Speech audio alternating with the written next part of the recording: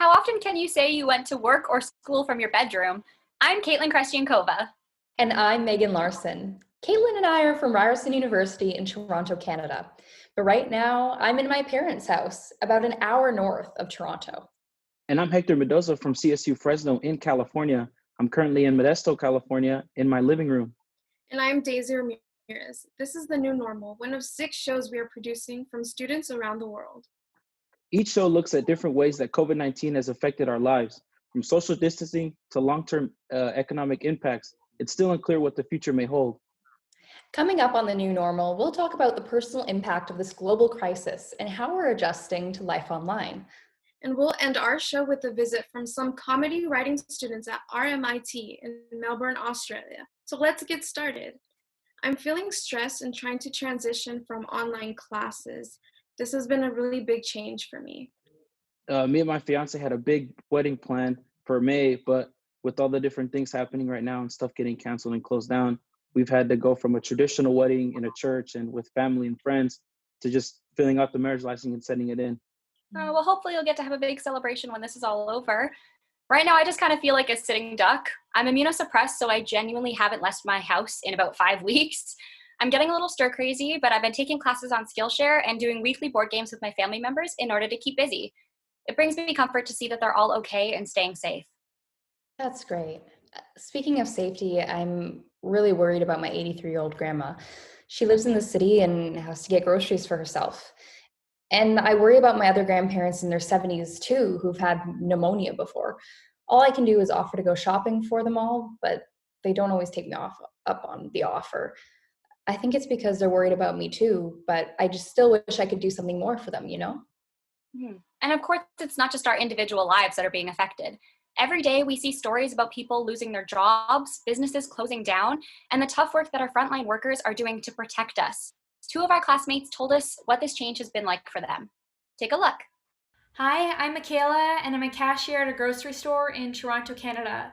Since COVID-19, the way you shop here has changed a lot. Store capacity has reduced, so you now have to wait in a line outside the store before entering.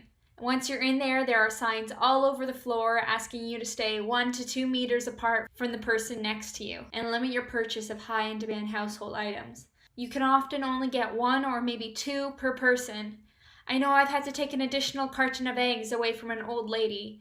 It's difficult but necessary so we can spread our items across all our customers and try and give everyone what they need. It's been a hard adjustment for everyone. I now have plexiglass that separates me from my customers, and I have to wash my hands every half hour and wear gloves while at work. It's necessary for everyone's protection. There are lots of people who get very anxious, and there's quite a few customers who've expressed this. But through all these big changes, there's been an abundance of incredibly kind people. From people buying groceries for their neighbors, their parents, their siblings, and the many really wonderful people who thank me for coming into work and wish me well on their way out. I hope that in some way I'm making a positive contribution to this pandemic. Hello, my name's Kyle. I'm from Hanford, California. I'm a reporter for Fresno State Focus. Basically, during this time of having to stay at home, I'm a drummer, so I'm using this time to touch up on my drumming skills, try to practice, keep getting better at that. I'm also using this time to learn a new instrument, so I've picked up a bass guitar. So I'm using this extra time that I have to try to learn a new instrument and become a better overall musician. My fiance currently works at JCPenney, but hasn't been working since they closed non-essential businesses. So right now we're not sure if she's gonna ever return or go back, or if they're just gonna lay her off. I mean, Hector, I definitely relate to that. I had a directing job lined up, but now with all the studios closing, it just kept getting postponed and postponed again. And, my producer's kind of saying, maybe we'll do it in July, but we don't know if that's even possible. So for a while, I won't have any income. I'm in the same boat. I work as a bartender at the Canadian Opera Company's performance venue, and they've shut down, so I'm completely out of work. I had a summer job lined up with the Stratford Shakespeare Festival as well, and their entire season got postponed, so I'm just waiting to hear what's up. Yeah, sorry about that, Kate.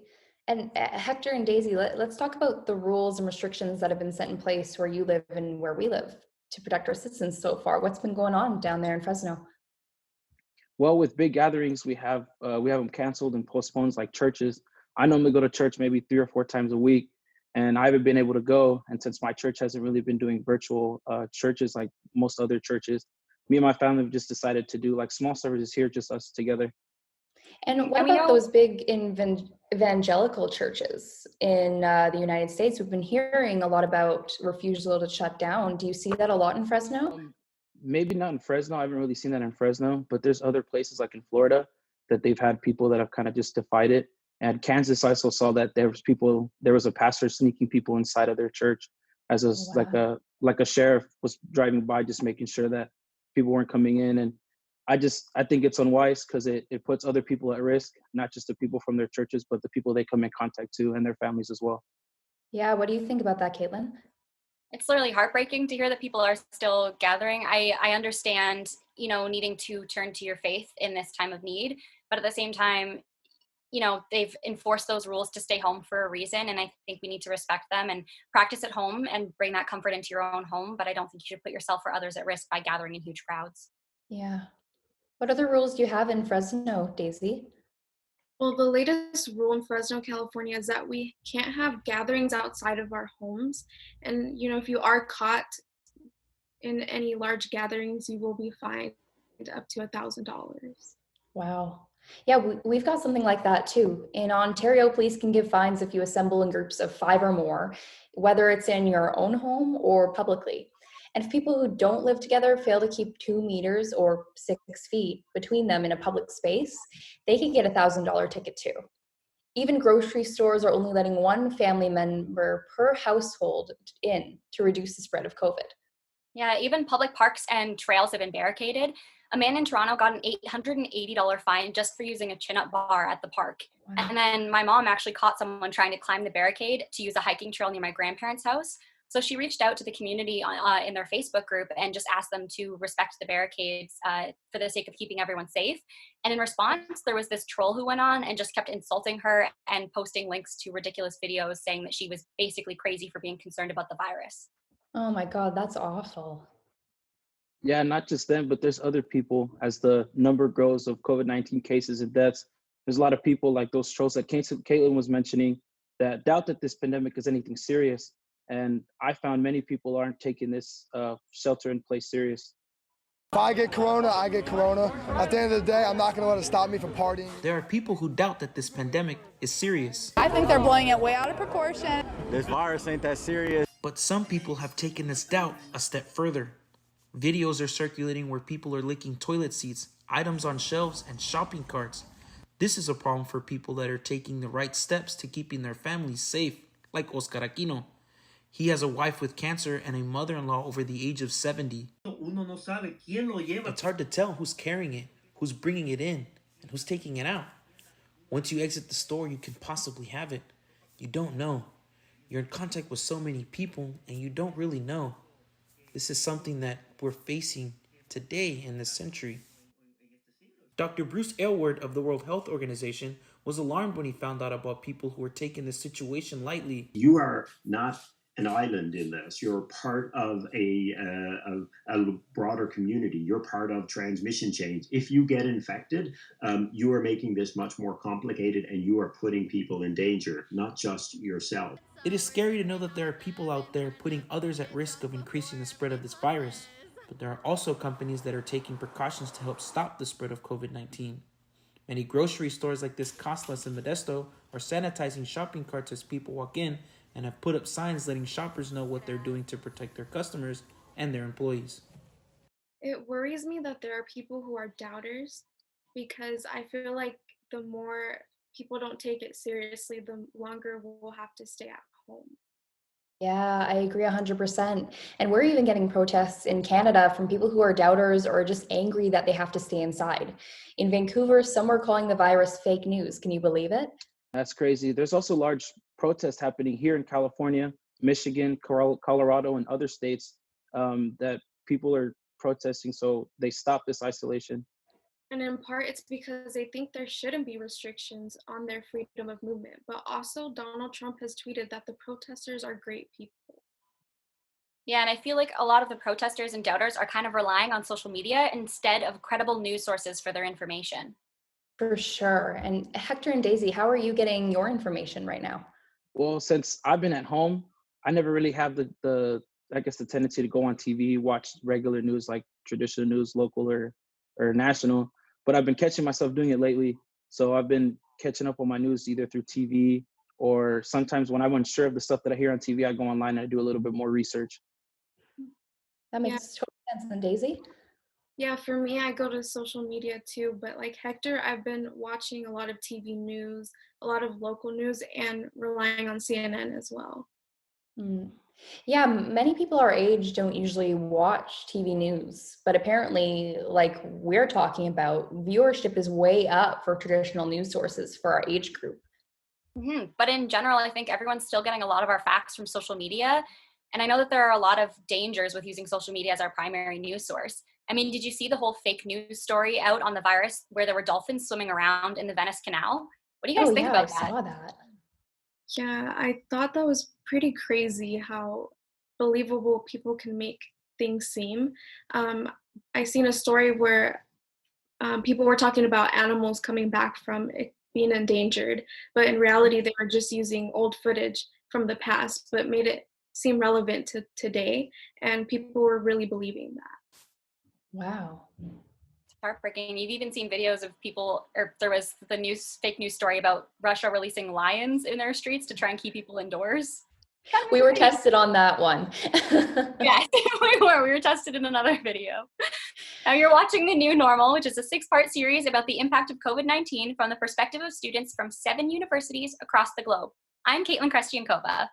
And I'm Megan Larson. This installment of The New Normal is a collaboration between Ryerson University in Toronto, Canada, and CSU Fresno in California. I'm Hector Mendoza. Next, we'll be talking about what our lives are like under these circumstances and how important humor is during these difficult times. I'm Daisy Ramirez. The world's turned upside down right now. We're all figuring out how to adapt and adjust while scientists work on creating a vaccine. We're all learning new habits such as washing our hands often and wearing face masks. But here's one habit in particular that is quite difficult to break. Fresno State's Myra Franco has our story. Students interact with objects every day, keyboards, computer mouses, and doorknobs, you name it. Then without realizing, they touch their face, which makes it easier for germs to enter the body.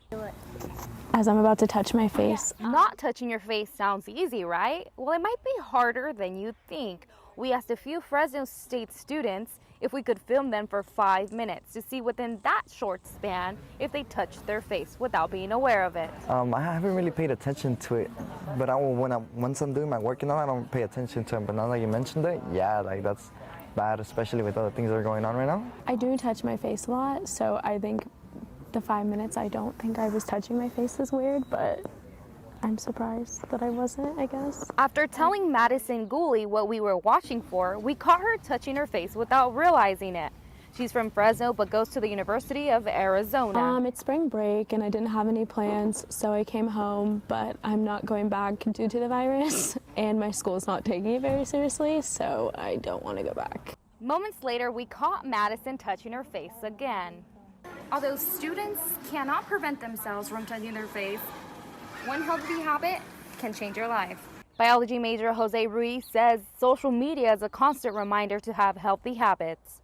Helps you prevent it, and just constantly looking at it just reminds you oh, don't do this, don't touch your face. So it's just Let's just stay safe, carry hand sanitizer with you all the time, and protect yourself. Hand sanitizers are now a hard commodity to find in local stores, but you can still wash your hands with soap and water. I'm Myra Franco, Fresno State Focus. Wow, that's crazy. We usually don't notice that we touch our faces so much. But, another thing that wasn't mentioned is we also touch our cell phones a lot. I've had to get into the habit of wiping down my phone several times every day because think about the amount of times you have it on your face and your hands. I've been having to do the same thing. My mom yells at me before I go to bed to clean my phone. And we've also been learning new habits to keep us entertained. Yeah, how about learning a new language? The K-pop group BTS is offering free Korean lessons. The K-pop band that has been capturing hearts of millions across the globe are not only entertainers, but now they're language teachers. They launched their new language series on March 24th on the Weverse app, connecting fans with their favorite groups. Each episode contains a 3-minute language lesson that fans seem to love. For those who are not fluent in Korean, it gives them the opportunity to also learn, as well as, taking part of, something that they already like. It's pretty simple. You make a free account, go into the media section, click into the series, choose which language you prefer, press play, and watch a video full of lessons. There are 30 episodes to this series. 저희가 해외에 자주 나가는데 많은 분들이 한글로 저희 노래를 따라 불러주시고 또 저희한테 한글 공부를 많이 했다고 자랑을 하십니다. 굉장히 뿌듯했고요. 앞으로 I think they kind of introduce it in a way that is interesting, obviously, and it makes it fun with like the videos and stuff. So I think that's why this program's really good, to like get you started off. Each episode is released every Monday night at Korean Standard Time, which is 5 a.m. Sunday Pacific Standard Time. So far, 4 episodes are up and running. Daisy Ramirez, Fresno State Focus.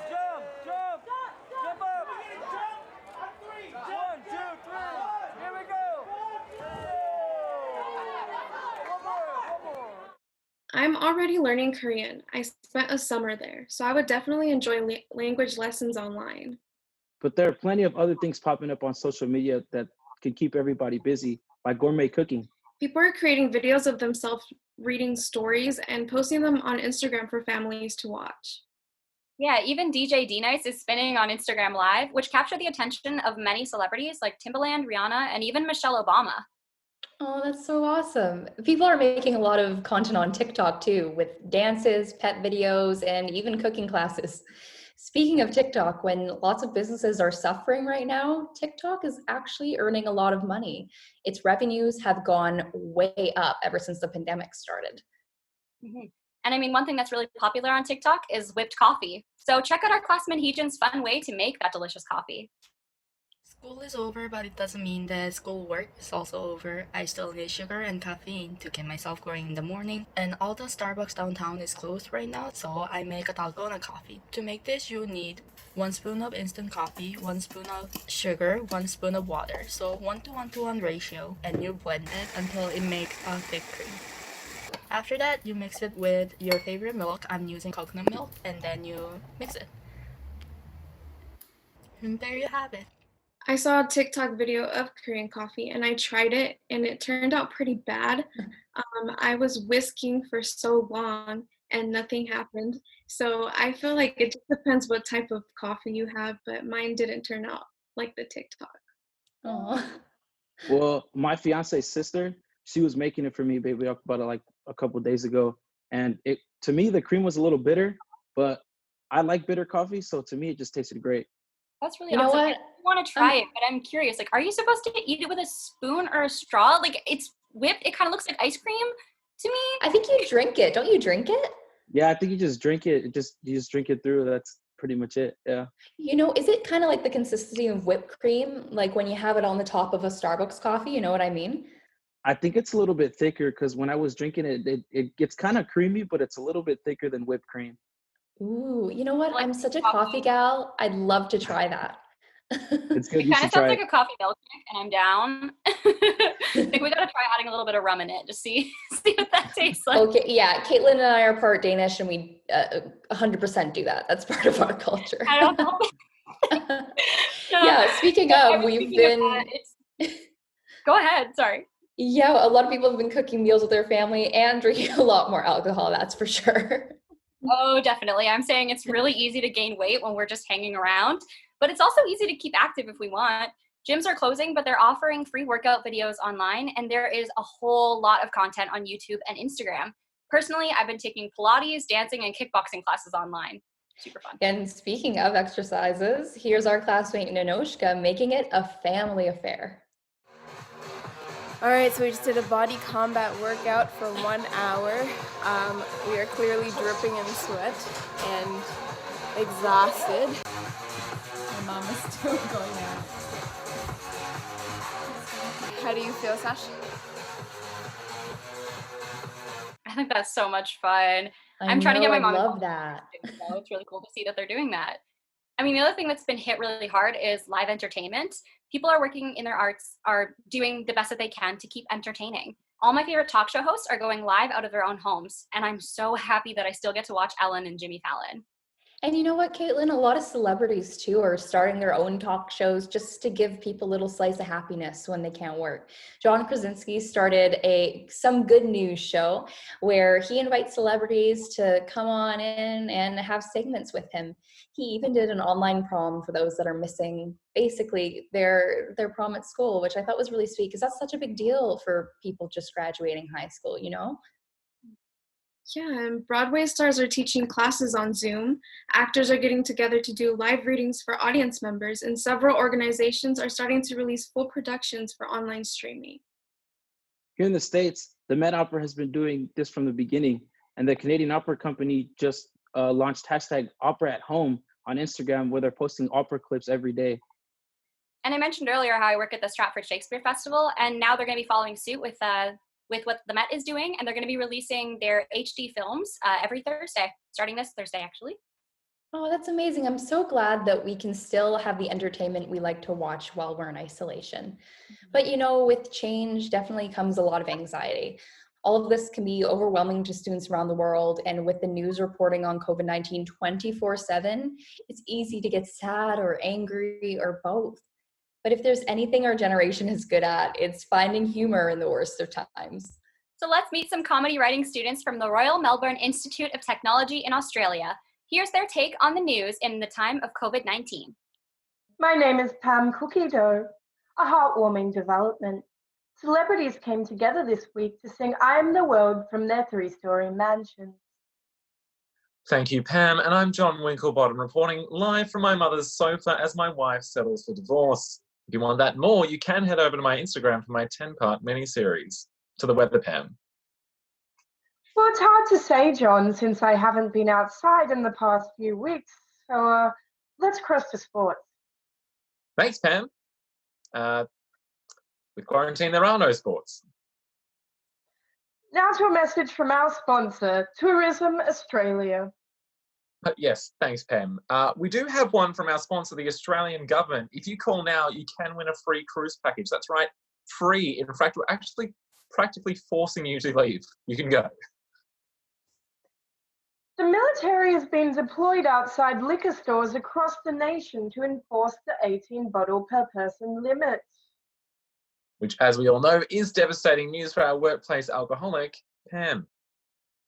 Not if I'm 1.5 meters away from you, John. And in the world of finance, the Prime Minister has opened up his first OnlyFans account in order to make up the federal budget. Sydney's Bondi Beach was cleared yesterday, though not due to Corona-19. Witnesses say that crowds were running for cover after seeing an elderly man in, quote, questionably tight Speedos. Thanks, Pam. And as grocery stores continue to run out of essential items, hand sanitizer has become a lucrative item on the black market. Police raids were issued on an undercover salesman who left a toilet paper trail at the scene of the crime. He has yet to be identified. Emergency services are testing out a new warning system and are advising the public to listen out for this signal.